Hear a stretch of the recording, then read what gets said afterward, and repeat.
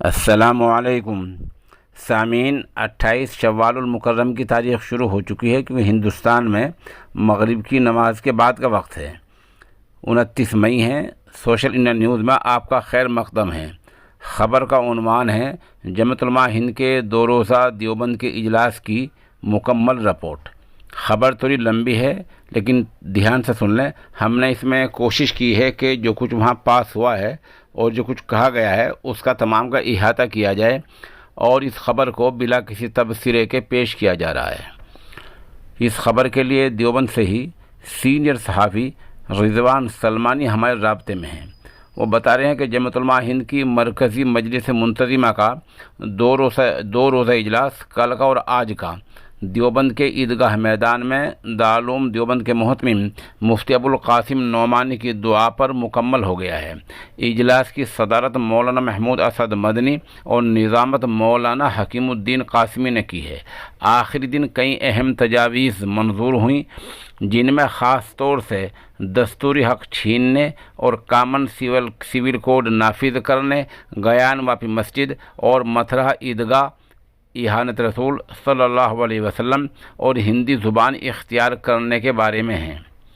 ایک اعلامیہ الگ سے جاری کیا گیا ہے جس میں تمام مسلمانوں کو خوف، مایوسی اور جذباتیت سے دور رہ کر اپنا مستقبل بنانے میں لگ جانے کا مشورہ دیا گیا ہے۔ مولانا محمود اسد مدنی نے آخری خطاب میں آج کہا، اگر اس ملک کی حفاظت کے لیے ہماری جان بھی جائے گی تو ہمارے لیے سعادت کی بات ہوگی۔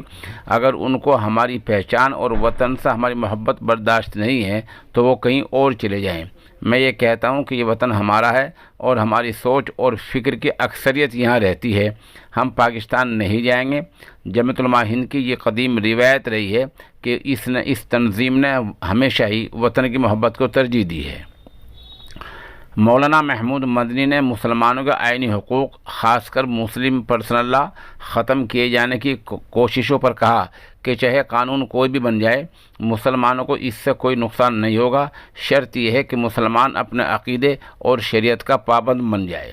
دارالعلوم دیوبند کے محتمم جامع شریعت و طریقت مفتی ابوالقاسم نعمانی دامت برکاتہم نے کہا کہ جو تجاویز منظور ہوئی ہیں ان پر عمل درآمد کرنے کی بھی کوشش کی جائے، نیز برادران وطن کے ساتھ ہم آہنگی اور ان کی غلط فہمیوں کو دور کرنے کے لیے جمعیت سے وابستہ لوگ اپنے اپنے علاقوں میں طویل مدتی پالیسی کے مطابق کام کریں۔ ادھر دارالعلوم دیوبند وقف کے محتمم مولانا محمد سفیان قاسمی نے اسی اسٹیج سے کہا کہ جمعیت علماء ہند جیسی بصیرت افروز قیادت موجود ہے۔ اس نے جو تجاویز پیش کی ہیں پوری ملت کے اتفاق سے اس کے نتائج بہت اچھے سامنے آئیں گے۔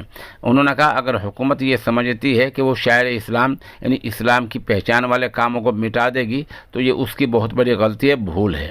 دارالعلوم دیوبند کے نائب محتمم مولانا راشد اعظمی نے گیان واپی مسجد کے حوالے سے کہا کہ جو طاقت مسجد گرایا کرتی ہے اللہ اسے مٹا دیتے ہیں۔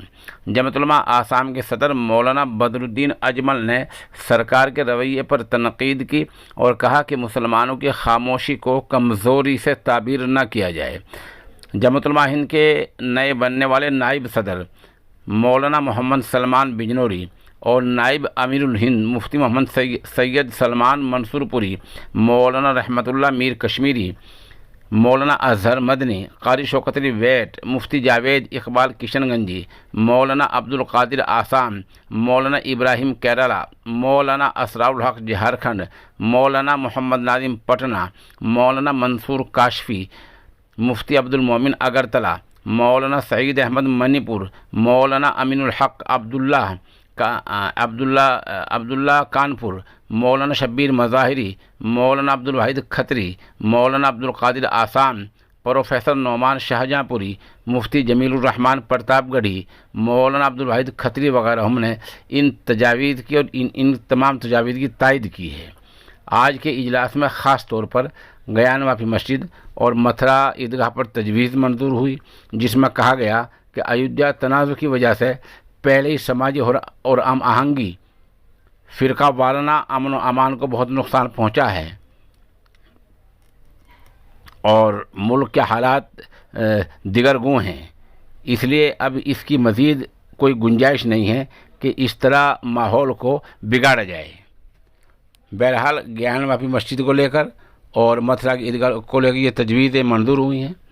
جمعیت علماء ہند ارباب اقتدار کو یعنی سرکار کو متوجہ کرتی ہے کہ تاریخ کے اختلافات کو زندہ کرنا ملک کے امن و امان کے لیے ہرگز مناسب نہیں ہے۔ خود سپریم کورٹ نے بابری مسجد کے فیصلے میں عبادت گاہ ایکٹ 1991 کو آئین کے بنیادی ڈھانچے کی اصل روح بتایا ہے۔